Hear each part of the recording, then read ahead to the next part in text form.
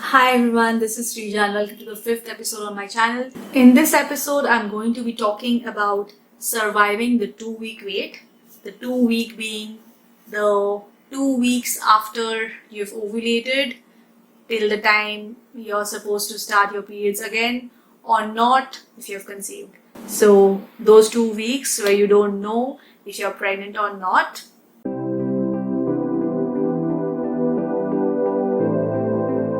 I'll share some tips about what I did to not go crazy, and I hope all of us can not go crazy together.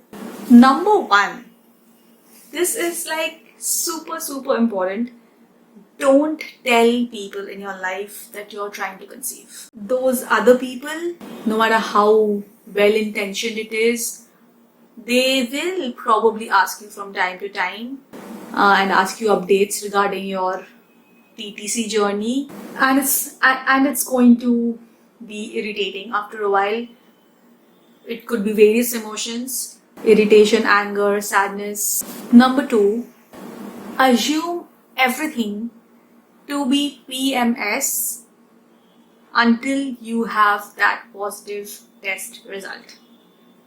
So even with the most unusual of symptoms that I had, which I usually didn't have with PMS, I would still think that this is me PMSing, okay?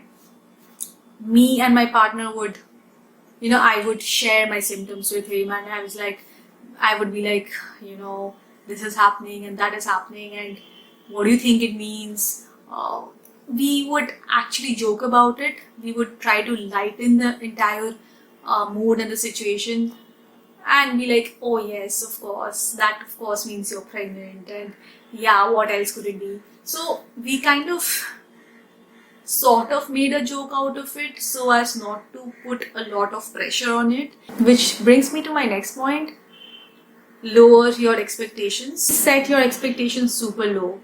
I have mentioned this, I think, enough times by now, but I am a pessimist by nature, so I always assume the worst in every situation.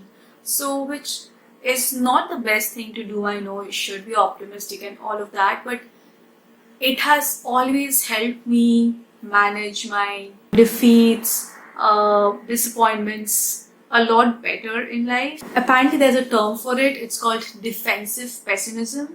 Look it up if you want to. But that really helped me, and I hope it helps you. So the next point is, don't do a lot of obsessive symptom spotting. I did it, honestly. And why I will not make this blanket rule is because depending on the kind of person that you are, it might be something that stresses you or soothes you. For me, the entire 2 week, I was obsessively looking up symptoms and videos and hearing out other people and what symptoms they had. It soothed me, okay? I mean, I could not pretend like there was nothing going on in my life and there wasn't something I was thinking about or looking forward to. At the same time, I kept my expectations low, but I did the symptom spotting. It was an activity that did relax me. But if you are not someone like that, if you are looking up each symptom, relating it to yourself and setting up your expectations, then I would advise you to stay away from that vigorous symptom spotting exercise. If you think you cannot handle that, then try to distract yourself with other things. Go out for a movie. Don't go out. I mean, you can't go out now, but watch a movie, have conversations with people about other things, with people who do not know you're trying. So yeah, keep your mind off this if you can. Next thing is, I know I mentioned how me and my partner would keep things light and funny and kind of joke about this whole situation and not put too much pressure on the situation, but you and your partner must be on the same page about what you expect from each other. If you are someone who's not looking for jokes or funny comments. If you're looking at a viable plan of action or next steps or things to do, then that should be something that is clear between the two of you, so that you know what you expect from each other and you can support each other in the appropriate way.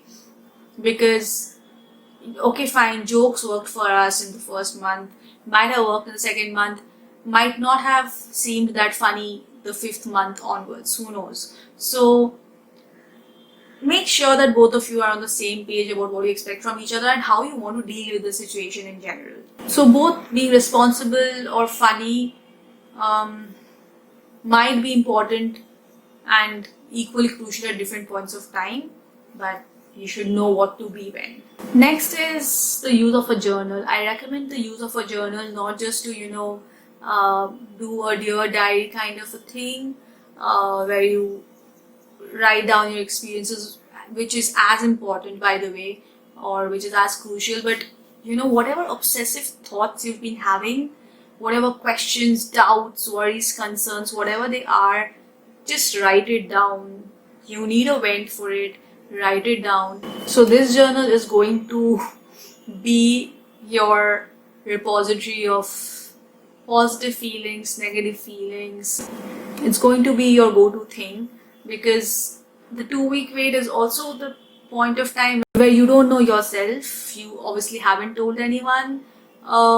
So that is literally the only place where you can vent out. Another thing that I want to say is, if your 2-week wait does not lead to you being pregnant, of course there are various ways to deal with it and it differs from person to person. But please allow yourself to be sad. It's okay. You don't have to pretend like you didn't care about this or you didn't give a damn about how the result turned out. I mean, I know that I am the sort of person who used to joke about it and try not to give it a lot of seeming importance. But that doesn't mean that I wouldn't have been sad, right? And telling yourself that you can be sad and it's okay for you to be sad about something that you were looking forward to is and can be liberating. So don't have to put up this whole facade of, oh, I don't care. You care, and be sad. Take your time. So that's it for this episode. It was a very short episode. It was a very specific thing that I wanted to say. I didn't want it to be about anything else, but I also thought it was very important for me to share, given that it can be such a stressful time. It can not be as well if you're really chill about it, but it has the potential to be a very stressful time. And I think these few things helped me to cope better with it, and I hope it helps you too. Until next time, see you. Bye.